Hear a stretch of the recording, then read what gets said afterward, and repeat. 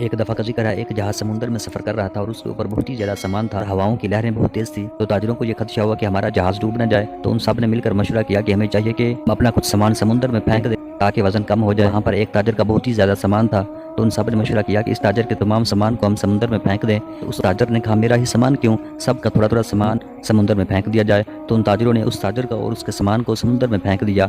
जैसे ही समुद्र में फेंका तो ताजर ने कहा, आज तो मेरी मौत पक्की।